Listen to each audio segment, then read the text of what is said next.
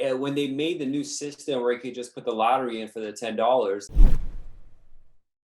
sound like good because you only keep going with the work unless you're chosen. But they had this weird, probably expected situation where people would just overly file. And then we have these caps where like they have three different times where they Yeah, yeah, use the yeah, yeah. lottery. And that's a peculiar situation when people gave up, they went to their home countries, found new jobs, and all of a sudden they get a notice that they were chosen the H-1B 8 months later. It's like it's kind of a bizarre situation. Yeah, no, absolutely. Well, if you remember, the electronic lottery system was implemented during the Trump years, Mhm. and there was not very much during the Trump years that would be characterized as pro-immigrant.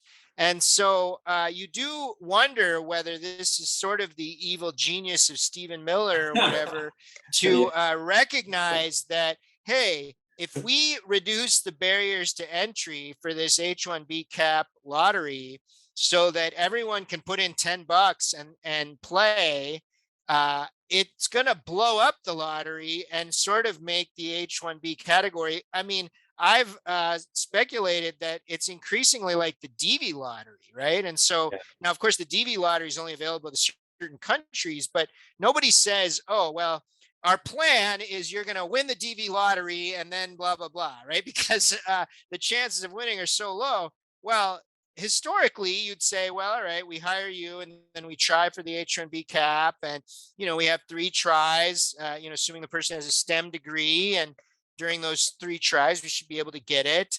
But I don't know. I think there's just going to be more and more of like, maybe not. And, maybe you don't want to wait that long. I think to your point, and actually, I just wanted to shout out that O1 issue was excellent. There were a lot of great pieces in there, but I think the O1 is the natural. Well, I mean, there's various strategies, obviously, to deal with the H-1B cap, but the O1 being one of them.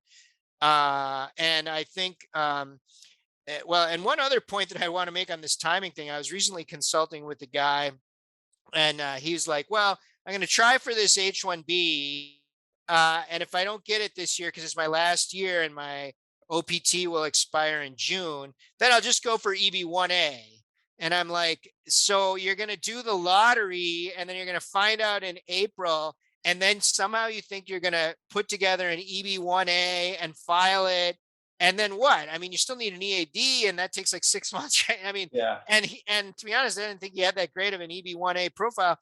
And I think people are totally underestimating like what their plan B strategies are. Yeah. And that also plays into this capacity issue. I mean, if you're a lawyer in a firm and you're telling clients like, okay, try for the lottery. And if you don't get the lottery, we'll go for an O1.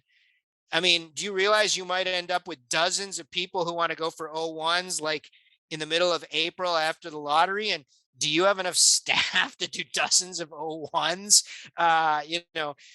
So, and, maybe you do, but I think this all comes down to this weird supply and demand. I mean, there's just so much demand and there's so little supply of the visas and supply of the staff and Yeah. trying to get your head around that, I think is one of the challenges of the new year.